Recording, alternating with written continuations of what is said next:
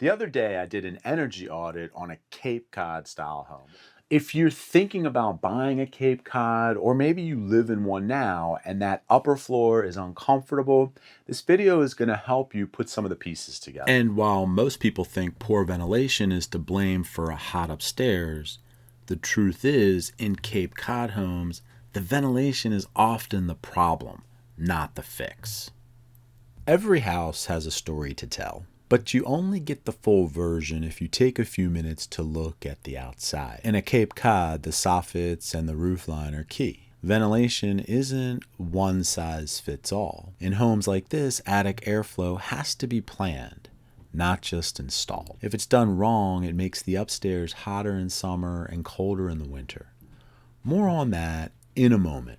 One of the most common causes of high basement humidity is poor drainage. This house actually had it right. Gutters, proper slope on the gutters, the downspouts were connected and drained all the way out, well away from the foundation. I also noticed new windows. The greenish tint at an angle is low E, which helps block heat from the sun. It's a nice feature, but do not be fooled. Windows are rarely the real problem.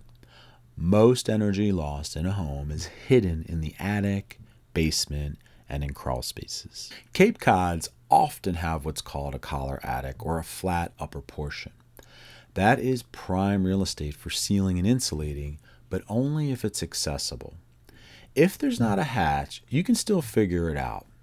The way that I do it is I count siding exposures from the window on the outside to the peak. In this case, each one is about 8 inches.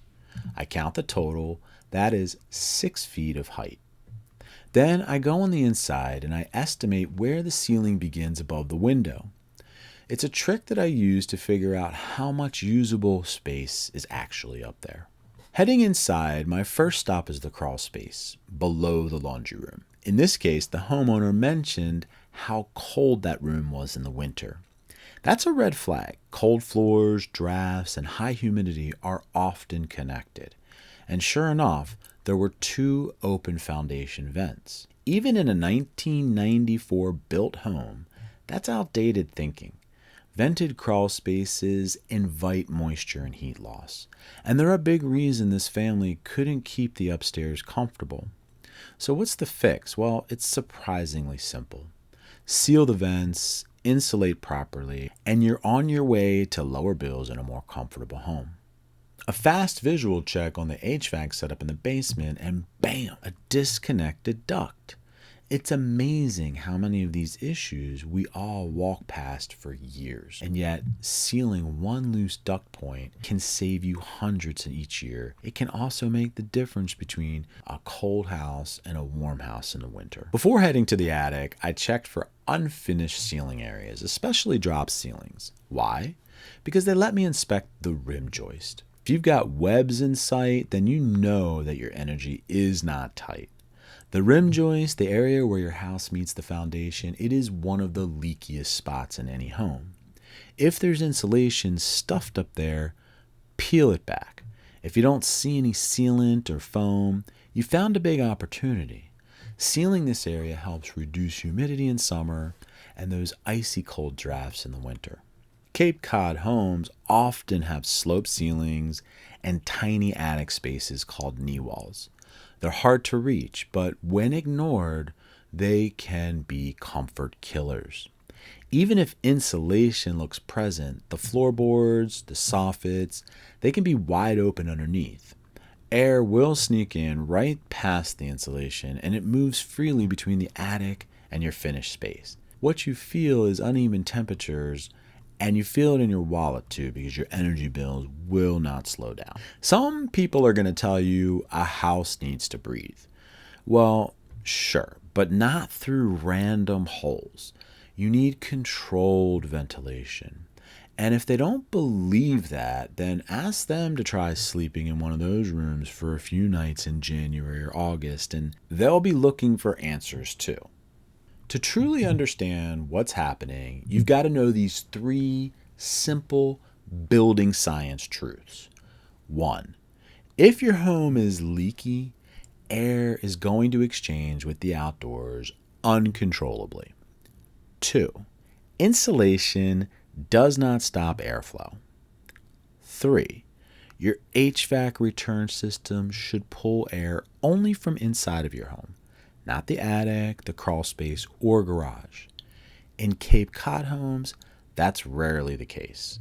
Soffits, knee walls, and floor gaps create open pathways that let outside air right in. It may seem counterintuitive at first, sealing things up completely, but that's outside air. It's not helping. It's making your HVAC work harder, it's raising your bills, it's keeping you uncomfortable, unless the weather outside is perfect. But once you air seal and insulate properly, especially at the roof line and the end walls, your system stops fighting nature. It works the way it was meant to. The air inside becomes clean, dry, and comfortable. No more drafts, no more mold threats, fewer insects, and better sleep, even in the dead of winter. So this morning, I was going to put the finishing touches on editing this video, and then I got a question on my YouTube channel from somebody about Cape Cods, and I thought it would be a great opportunity for me just to hop on real quick and answer this question, because during the process of making this video, one of the things that I wanted to try to get across is that even if you don't see any type of soffit holes, that doesn't mean that air isn't still getting into your knee wall attic area. So the question is, I have a Cape Cod with both upstairs sides finished. The house has no soffit, gable vents, or ridge vent. There appears to be regular insulation under the roof sheathing. Trying to see what my best options are for insulating. It gets extremely hot up there during the summer months. So the best option for moving the comfort needle in a bonus room in a Cape Cod, especially back in that knee wall area, is to take what I like to call the hybrid approach. And this is where you get into that area. So if you don't have access, you got to cut access holes, remove any insulation that's currently there, and use open cell spray foam to encapsulate the area. That's step 1. Step 2, you need to seal off the sloped ceiling bay cavities from inside the knee wall area. And step 3 is to treat the top flat attic like a traditional attic with proper air sealing and insulation. And by going that route for the space, you now have a slightly larger indoor airspace to heat and cool.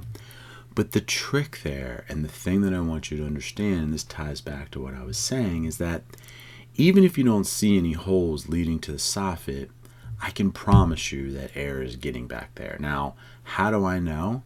Because I have done blower door test after blower door test, and I have seen air coming through. In fact, one of the small clips in this video, it does actually show that, and I'm going to replay it here for you because you can see that in this video you can't really tell that there are holes there, even because there's some type of soffit or something covering the area. So if there's plywood, you don't even know, but either way it's hard to tell. But look what happens once you get upstairs and you take a look with the negative pressure running.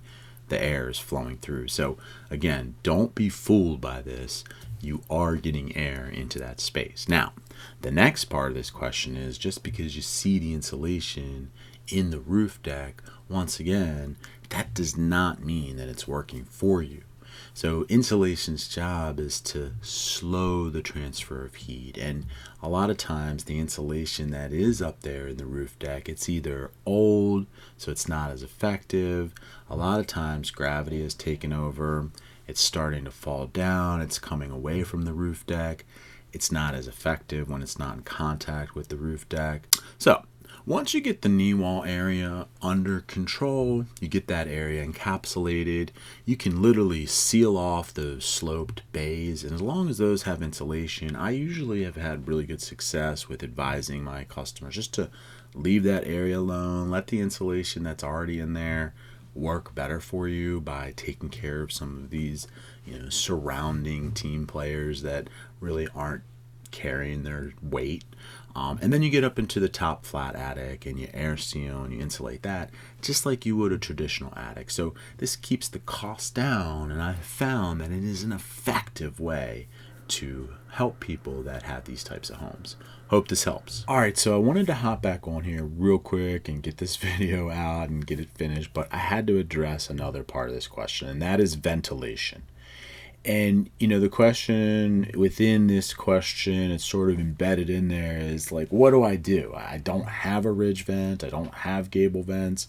I don't have soffit intake, like I'm screwed. But here's what I want to tell you. Don't worry about it. If you don't have any major problems right now, then don't make that a priority. The priority should be insulating and separating the inside of the house from the outside of the house. Now, you have to think about the attic in sort of separate parts. You've got the knee wall part.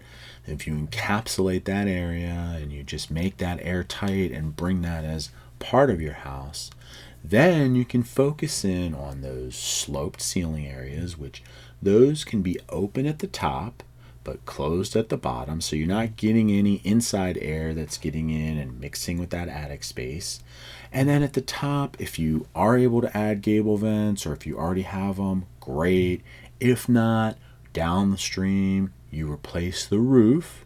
You can add a ridge vent. You can add something called smart vents. You can look into that. There's little strips that they put in when they install the roof that allows intake, so you don't have to worry about soffit.